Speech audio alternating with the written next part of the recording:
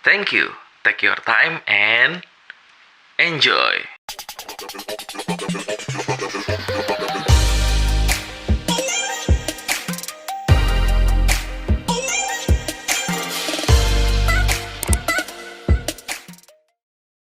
Di video kali ini kita akan membahas sebuah drama asal Korea yang berjudul Squid Game.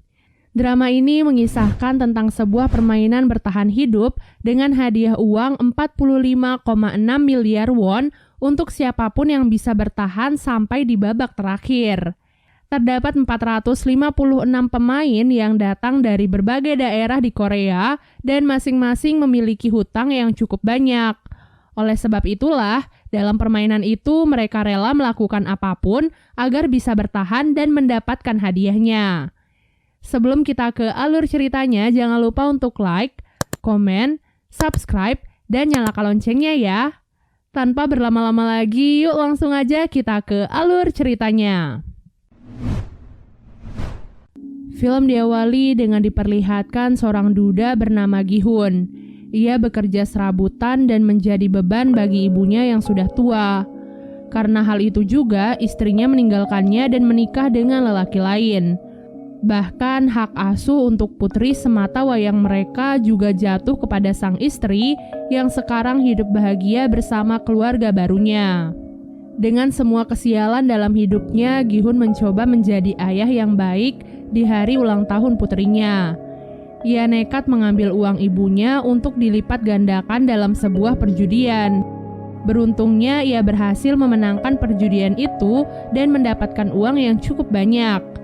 Namun begitu keluar dari arena perjudian, ia langsung dikejar oleh para rentenir yang ingin menagih hutang pada Gi-hun. Melihat segerombolan rentenir itu, Gi-hun pun segera kabur untuk menyelamatkan uang-uangnya. Namun sayangnya ia tetap tertangkap. Ia mencoba bernegosiasi dan akan membayar separuh hutangnya dengan hasil kemenangannya hari ini. Namun saat ia memeriksa uangnya, ternyata semua uangnya telah hilang. Jadi saat proses pengejaran sebelumnya, ia sempat menabrak seorang gadis yang ternyata gadis itu telah mencuri semua uangnya. Nah, karena tak bisa membayar hutang, rentenir itu pun memaksa Gi-hun untuk menandatangani sebuah kontrak yang berisi bahwa jika Gi-hun tak bisa membayar hutangnya dalam waktu dekat, maka organ-organ tubuhnya akan diambil dan dijual oleh si rentenir.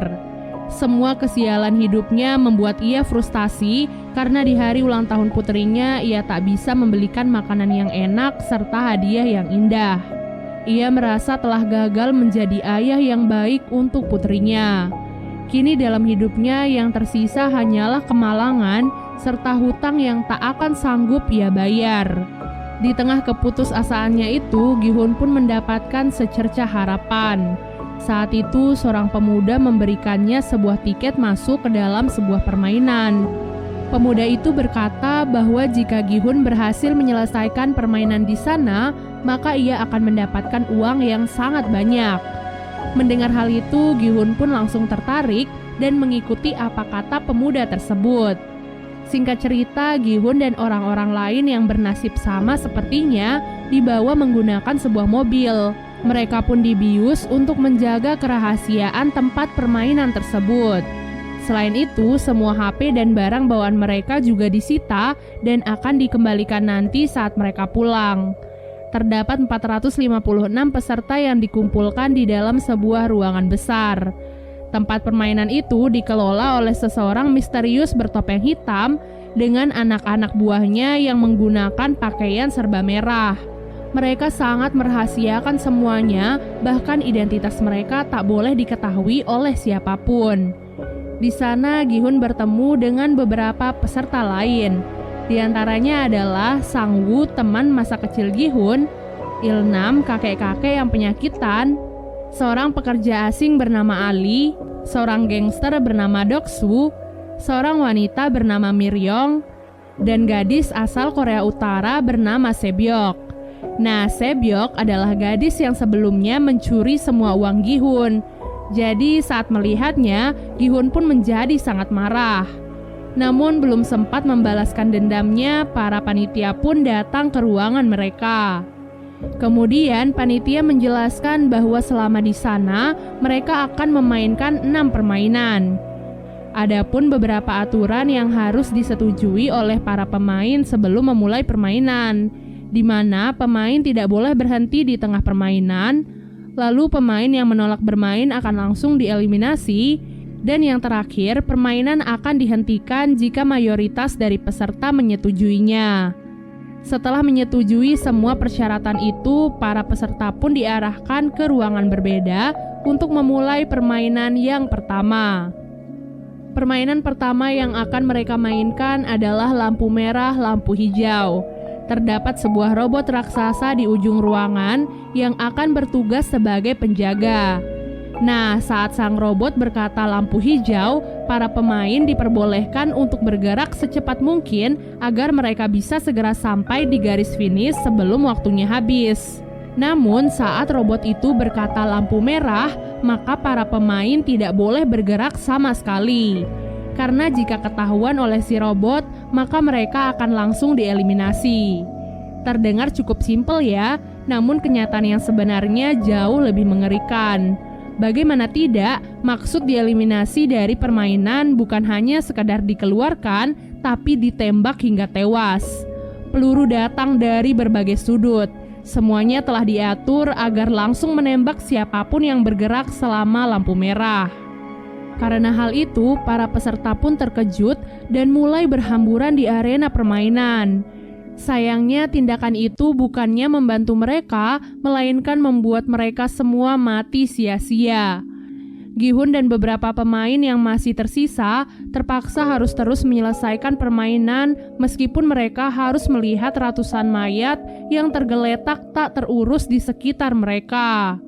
Mereka harus tetap berkonsentrasi agar bisa segera sampai di garis finish dengan aman dan tidak kehabisan waktu. Mereka yang sudah melewati garis finish sebelum waktu habis akan dinyatakan lolos dari permainan pertama dan berhak melaju ke permainan selanjutnya. Gi-hun yang sebelumnya tertinggal mencoba untuk berlari sekencang mungkin di detik-detik terakhirnya. Namun sayangnya ia malah terpeleset dan hampir jatuh. Beruntungnya Ali yang berada di belakang Gi-hun berhasil menarik bajunya sehingga ia bisa bertahan dan akhirnya lolos dari permainan pertama. Sedangkan mereka yang masih tersisa karena kehabisan waktu langsung dinyatakan kalah dan ditembaki satu persatu. Setelah menyelesaikan permainan pertama, para peserta pun kembali dikumpulkan di kamar mereka. Dari 456 peserta, kini hanya tersisa 201 peserta saja. Para peserta yang masih tersisa sangat ketakutan karena apa yang terjadi di permainan pertama. Alhasil, mereka pun sepakat untuk menyudahi semua itu dengan melakukan voting. Sebelum melakukan voting, panitia mengingatkan kepada mereka bahwa kini hadiah yang terkumpul sudah mencapai lebih dari 25 miliar. Hal itu diakumulasikan dengan jumlah para peserta yang telah gugur. Dan jika mereka memilih untuk berhenti dari permainan ini, maka mereka akan dipulangkan tanpa membawa uang sepeser pun.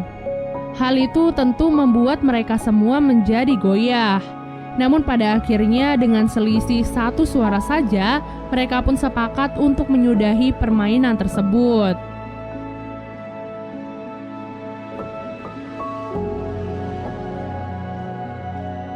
Setelah kesepakatan itu, para peserta pun akhirnya dipulangkan kembali ke daerah mereka masing-masing. Keesokan harinya, Gi-hun memutuskan untuk pergi ke kantor polisi dan melaporkan sindikat permainan yang kejam sebelumnya.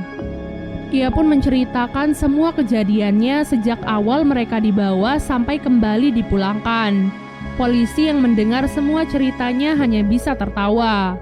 Kemudian Gi-hun pun memberikan tiket permainan yang sebelumnya ia dapatkan dari pemuda misterius sebelumnya. Di sana terdapat sebuah nomor telepon yang bisa dihubungi.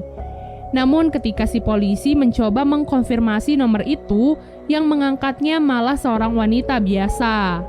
Hal itu pun membuat polisi marah kepada Gi-hun dan menganggapnya telah gila. Tak lama kemudian, seorang polisi bernama Junho baru saja tiba di kantor polisi tersebut. Entah apa alasannya, ia terlihat tertarik dengan tiket permainan yang dibawa oleh Gi-hun. Ia bahkan meminta identitas Gi-hun pada para polisi yang mendengarkan cerita Gi-hun sebelumnya. Junho sepertinya mengetahui sesuatu yang janggal dari permainan tersebut. Tak disangka, ia juga memiliki tiket yang sama persis dengan milik Gi-hun. Tiket itu diketahui milik kakaknya yang sudah lama menghilang. Junho pun merasa bahwa kakaknya pasti ada di tempat permainan tersebut. Di tempat lainnya, Gi-hun yang pulang ke rumahnya merasa kebingungan mencari ibunya. Ternyata ibu Gi-hun saat ini dirawat di rumah sakit karena menderita penyakit diabetes akut. Bahkan dokter menyarankan kepadanya untuk segera melakukan operasi. Namun sang ibu justru memilih untuk pulang karena tak sanggup membayar biaya pengobatan di rumah sakit.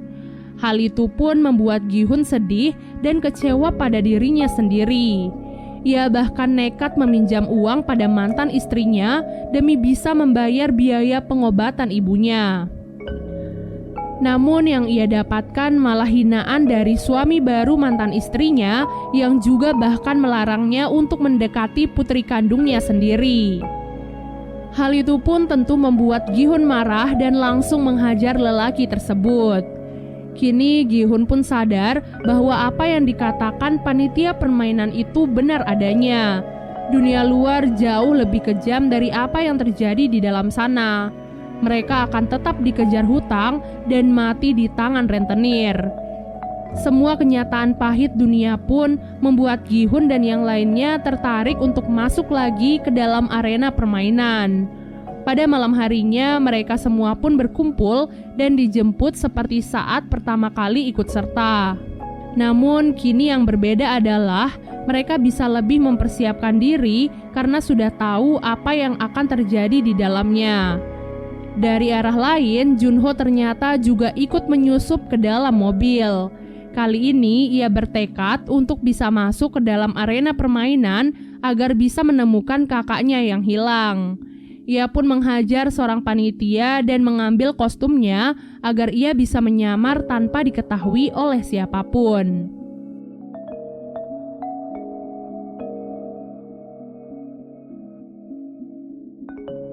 Seperti biasanya, para peserta pun kembali dikumpulkan dalam sebuah ruangan besar. Namun tak diduga ada beberapa dari mereka kali ini datang dengan persiapan, yaitu membawa sebuah senjata atau barang-barang kecil yang mereka perlukan. Dari 201 peserta awal, kini tersisa 187 orang yang memutuskan untuk ikut serta kembali. Yang berarti hadiahnya juga semakin bertambah. Di waktu yang sama, Junho yang kebingungan juga kini harus menyamar menjadi panitia di dalam aula permainan tersebut.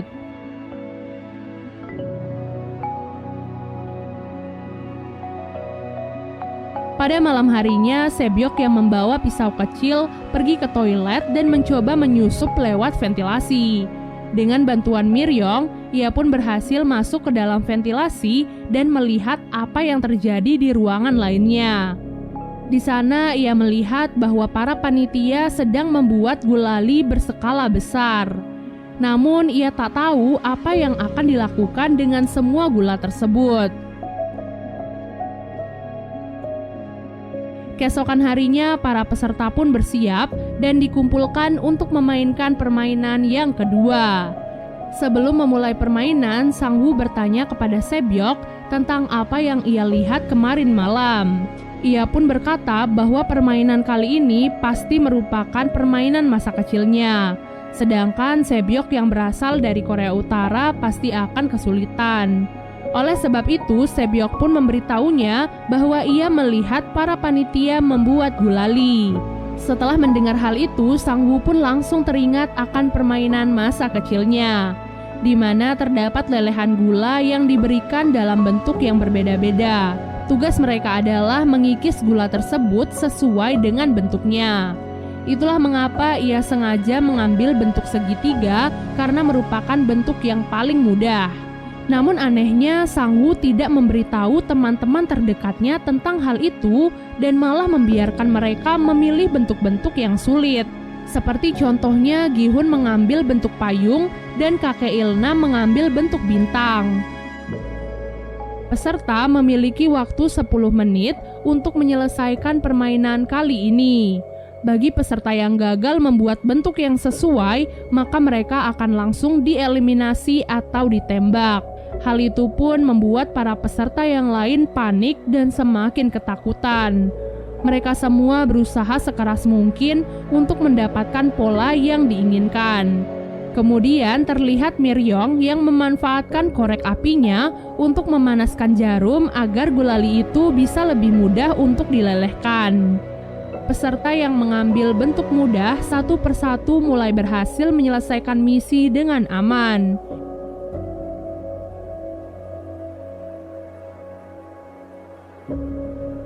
Namun yang menjadi masalah adalah para peserta yang mengambil bentuk-bentuk yang sulit.